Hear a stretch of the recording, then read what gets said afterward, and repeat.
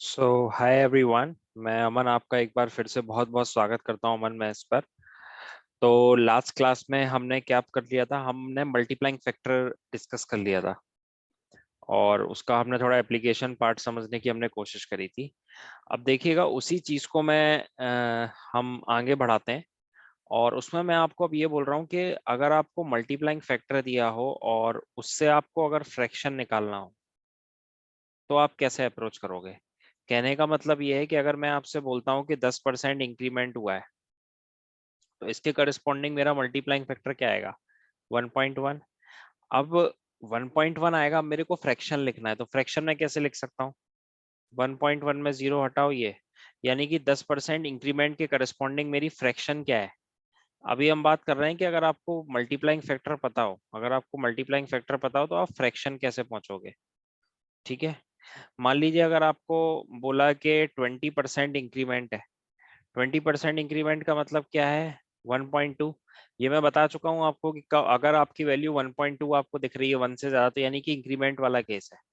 ये देख के तुरंत समझ में आना चाहिए कि ये आपका 20% इंक्रीमेंट है। अब फ्रैक्शन की हम बात करते हैं तो हम इसको क्या लिख सकते हैं, ऐसे लिख सकते हैं, इसको सिंप्लीफाई करोगे तो 6/5, यानी कि 20% इंक्रीमेंट के बराबर इक्वल होगी, जो फ्रैक्शन होगी वो होगी 6/5। ऐसे ही अगर आप देखो 30%, 30% मेरा क्या होता है 1.3, तो 1.3 के करस्पॉन्डिंग क्या हो गया 13/10। ठीक है, ऐसे ही अगर आप बोलो 25%, 25% क्या होता है 1.25।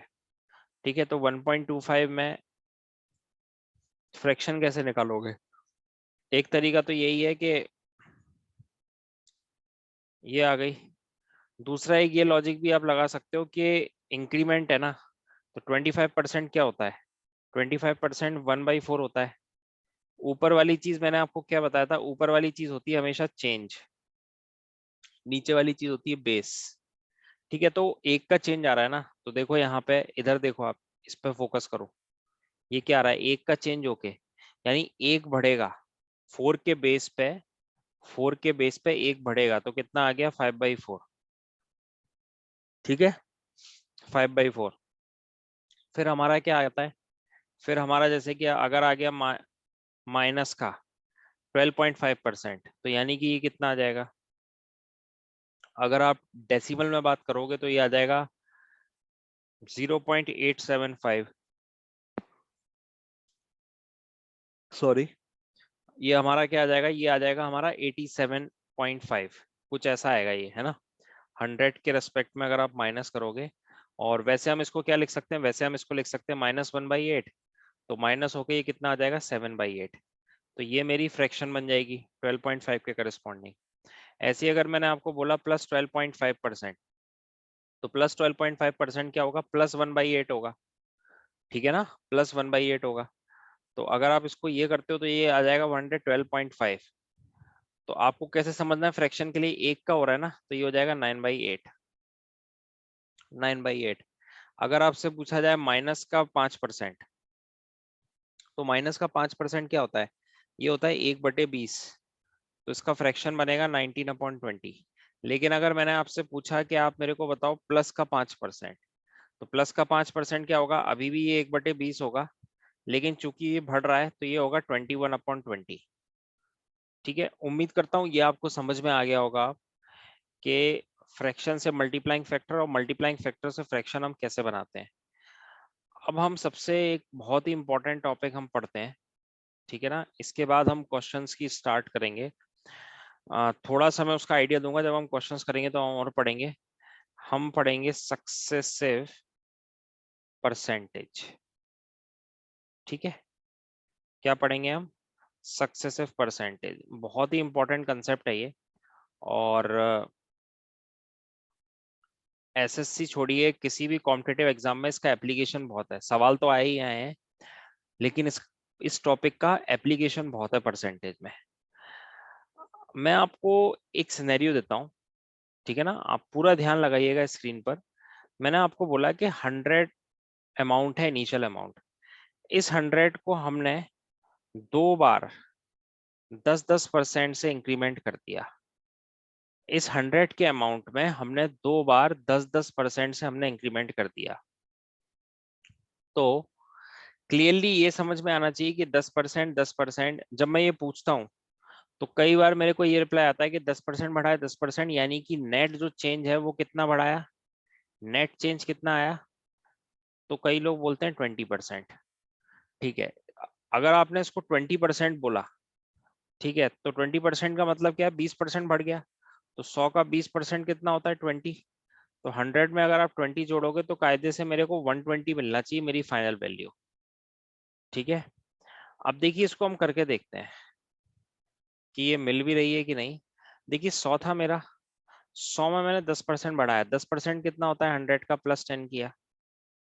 तो अगर आप 100 में +10 करोगे तो आपको कितना मिलेगा, 110, 110 मिलेगा ना। अब आप अगर 110 में, अब ये जो 10% है ना, ये जो 10%, ये 10% इसके रेस्पेक्ट में नहीं होगा। कहने का मतलब ये जो 10% का इंक्रीमेंट है वो इस पे होगा, इस पे नहीं होगा। इस पे जो होना था वो तो ये हो गया 10%।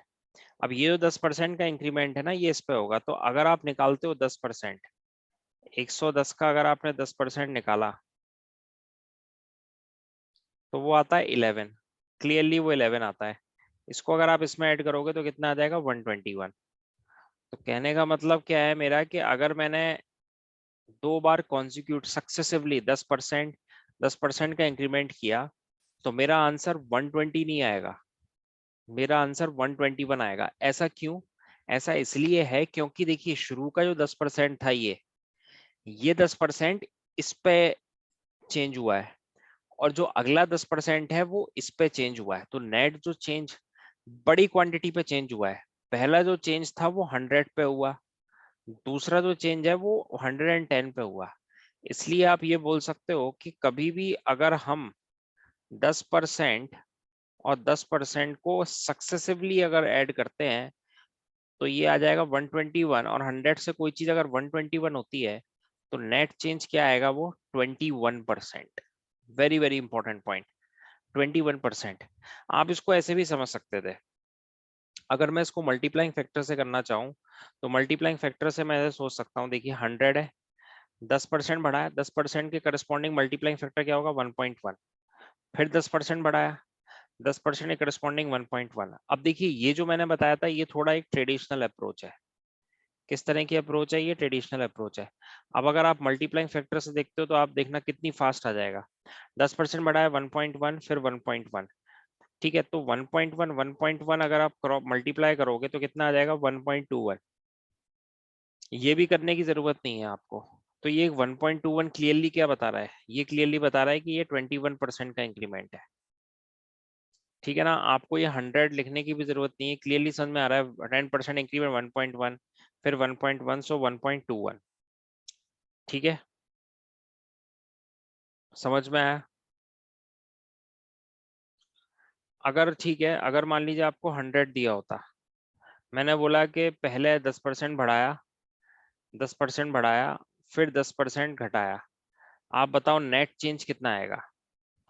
जैसे इसमें क्या था, शुरू में आपका जो 100 था, 100 था ना आपका, ये 100 था, ये 100 कितना हुआ था, 121। तो नेट चेंज कितना आया था, 21% का। अब आप मेरे को बताइए कि इसमें 10% पहले बढ़ाया, फिर 10% कम किया, तो क्या होगा। तो कुछ नहीं करना है, ट्रेडिशनल तरीके से मत जाइए। 10% के इंक्रीमेंट के करस्पॉन्डिंग मल्टीप्लाइंग फैक्टर कितना, 1.1। डिक्रीमेंट के करस्पॉन्डिंग कितना, 0.99। यही होगा, 10% है तो 0.9, फिर 1.1 इंटू 0.9 कितना हो जाएगा, 0.99। 1.1, 1.1 इंटू 0.9 कितना हो गया, 0.99। और 0.99 क्लियरली समझ में आना चाहिए कि ये 1% का डिक्रीमेंट है, 1% का डिक्रीमेंट है।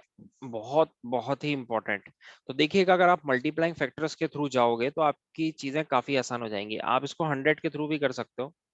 अगर मैं आपको बताऊं 100 के थ्रू करके इसको, तो क्या होगा, देखिए 100, आपने क्या किया, आपने 10% बढ़ा दिया। 10% कितना होगा, 10 होगा तो ये हो गया 110। अब आप बोल रहे हो कि 10% हम इसको माइनस करेंगे, तो 10% आप इसमें माइनस करो तो -11, तो 110 -11 कितना हो गया 99। कोई भी चीज 100 से चल के अगर 99 हो रही है तो क्लियरली समझ में आ रहा है कि 1% का ड्रॉप हो रहा है। ठीक है, अब मल्टीप्लाइंग फैक्टर से अगर आप बोलोगे इसको, तो देखो 10% मल्टीप्लाइंग फैक्टर से 10% करस्पॉन्डिंग 1.1, 0.9, ये हो गया 0.99। क्लियरली 1% का ड्रॉप है। ठीक है, क्लियरली क्या है, 1% का ड्रॉप है। ठीक,